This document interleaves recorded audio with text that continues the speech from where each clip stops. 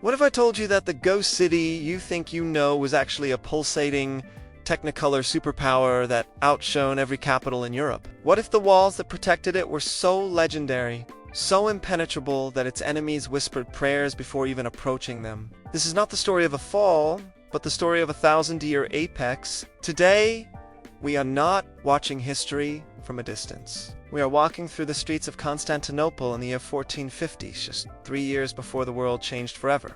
We stand at the foot of the Theodosian walls. Stop here for a moment. Look up.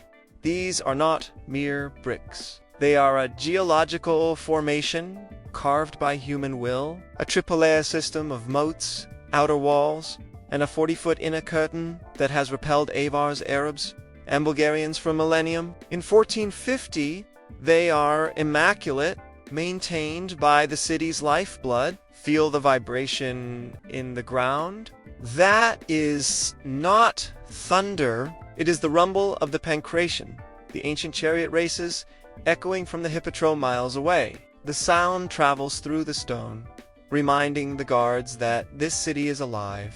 Pass through the gate of St. Romanus. Do not call it by its later name. For now, it is simply a threshold into the most populous Christian city on earth. Instantly, the narrowness of the streets hits you. The buildings lean in, like old friends, conspiring. Above, wooden balconies, draped in indigo and scarlet linens, nearly touch. You are hit by this smell. First, a complex algorithm of sea salt from the Marmara, roasting lamb dusted with cumin, and the sharp, metallic scent of freshly hammered copper from the bazaar stalls. This is not a museum. It is a construction site of commerce. Merchants brush past you. A Venetian in a woolen cloak argues with a Greek silk merchant over hyperpyra, the gold coin so pure it is the international standard. You notice the language. It is not just Greek. It is a symphony, Italian, Armenian, Catalan, and the guttural cliques of the Varangian mercenary Scandinavians, still serving the emperor, wearing axes on their shoulders like they were born there. Look to your left. A procession of monks from the studio's monastery walks in silence, their black robes a stark contrast to the chaos. They are the memory keepers. As they pass, every vendor stops haggling for just a moment. In Constantinople, the sacred and the profane do not just coexist. They define each other. We are following the Mazy, the middle street. This is the city's spine, a colonnaded boulevard stretching from the Golden Gate to the Agul. In the 5th century, it was lined with statues of gods and emperors. Now, in 1450, many of those statues are weathered, their faces smoothed by time, but they are still standing. They are the silent witnesses. Pattern interrupt. You are walking, and suddenly the crowd parts, not for a noble, but for a crane. A massive wooden crane, powered by a treadmill of laborers, swings a marble column capital into the air. Construction never stops. The city is in a constant state of repair. Every brick laid is an act of defiance against the inevitable decay of empires. Keep walking. We reach the Forum of Constantine. This is the heart. In the center stands the porphyry column, a relic of the city's founder. 10 massive drums of Egyptian porphyry, purple as a king's blood, support a statue of Constantine himself, dressed as Apollo. In 1450, the statue is still there, though weakened by lightning strikes. Locals believe it holds the fate of the city. They touch the base as they pass, a superstition born of desperation and hope. Now, turn your head. Above the rooftops, you see it. Not a silhouette, but a skyline. The Hagia Sophia does not merely exist in 1450, it dominates. But forget the gray stone images you have seen. In the mid-5th century, the dome is freshly maintained, gleaming like a celestial orb.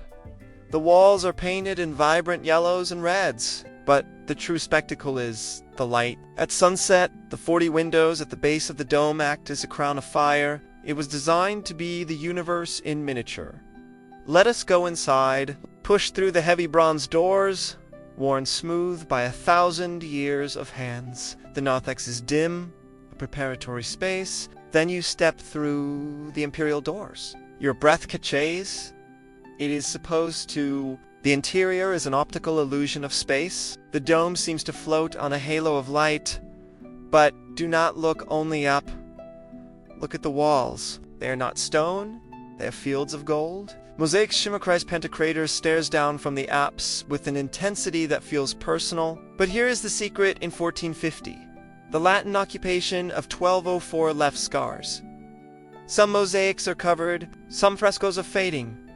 Yet the space remains the center of the Orthodox universe. The air is thick with incense. A deacon's voice chants in the shadows. Open loop, in the south gallery, there is a graffito carved by a Varangian Garda, rough rune. It says Halfdan was here. For centuries, Vikings stood here, confused and serving emperors they called the Giver of Gold. Halfdan's ghost is still in the marble. We exited to the Augusteum, the great administrative plaza. This is the political stage. Across from the Hagia Sophia stands the Chalk Gate, the bronze entrance to the Great Palace. By 1450, the Great Palace is a ghost of its former self, Tuvas, to maintain, most of it abandoned. But the chalk still gleams. Here, the Emperor, Constantine XI, Palaiologos, Passas, daily. He is not a distant figure. He is a man you might see walking to the basilic, the law courts. Emperor Constantine XI, remember the name? He is the man who will be the final Roman emperor. But right now, in 1450, he is fighting a different battle, trying to force the union of the churches with Rome to get military aid, while his own people chant in the streets, better the Turkish turban than the papal tiara. The city is politically fractured, pattern interrupt, a beggar tugs your sleeve. He is not asking for food, he is asking for news.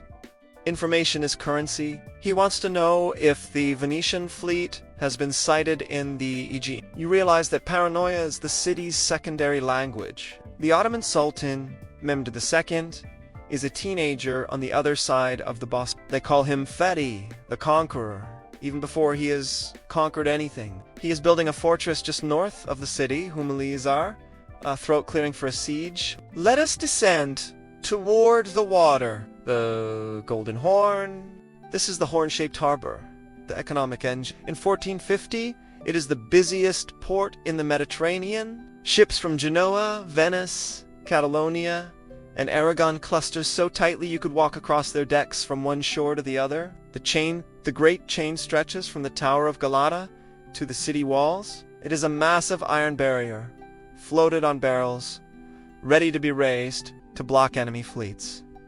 In 1450, it is like trade is everything. The noise here is industrial, hammering of holes, shouting in lingua franca, the creak of cranes unloading amphorae of wine from Crete.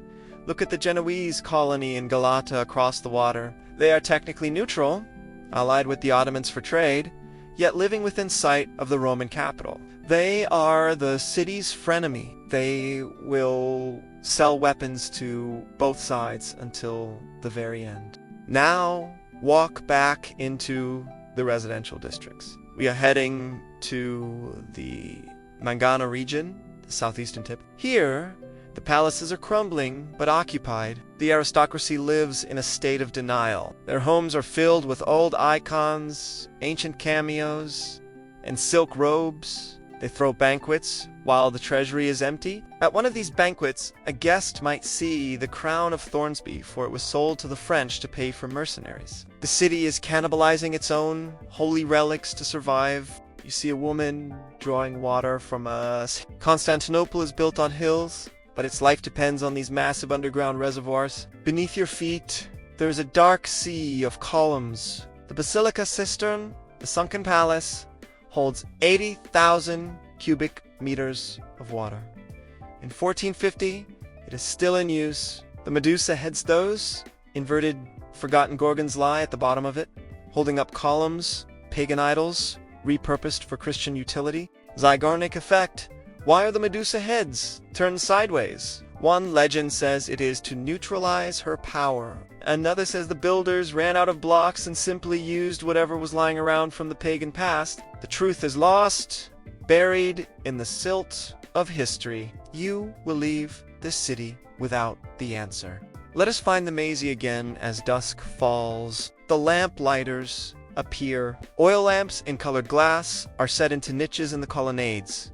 The city transforms, shadows elongate. The great chain in the harbor glows orange from the setting sun. The dome of Hagia Sophia catches the last light, turning from gold to deep purple. We stand at the million, the mile marker from which all distances in the empire were measured.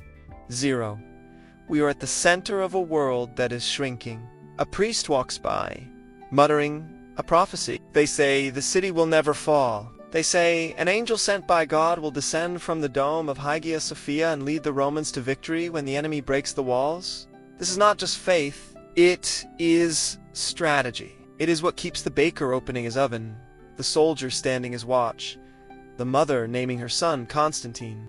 But you, the time traveler, know the truth that these citizens refuse to accept. You can feel the countdown. The Ottoman guns are being cast in Adrianople. The fleet is being built. The walls, though magnificent, are manned by a garrison of only 7,000 men against an army of over 80,000.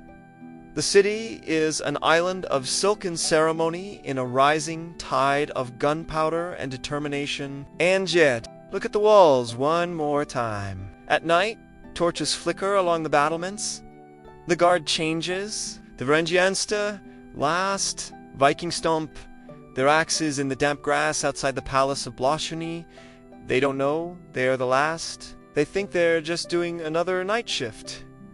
This is Constantinople, not a fallen ruin, not a museum. In 1450, it is a breathing, arguing, beautiful, doomed empire. And in 3 years, the world will end. But that story, the story of the final siege, the betrayal, the ghost ships, and the last charge of the last Roman emperor, that is where we must go next. You have walked the streets. You have smelled the incense and the sea. You have stood under the dome of the universe. But the question remains, how does a city protected by God, guarded by Vikings, and wrapped in 1,000 years of history fall in a single morning? If you want to stand on the walls with Emperor Constantine XI on that final Tuesday, if you want to hear the cannons roar and see the banner of St. George, follow You Cannot Let This Journey End Here. This is Ancient Echoes. We do not just tell history, we make you bleed it. Subscribe now, Hichi, that bell! Because the final chapter of this story is not for the faint of heart. Support this channel so we can continue walking through the lost corners of time. And do not keep this to yourself. Share this video, because the memory of Constantinople is not just our history, it is the cornerstone of the world we live in today. Everyone deserves to know what was lost. We are Ancient Echoes. See you on the walls.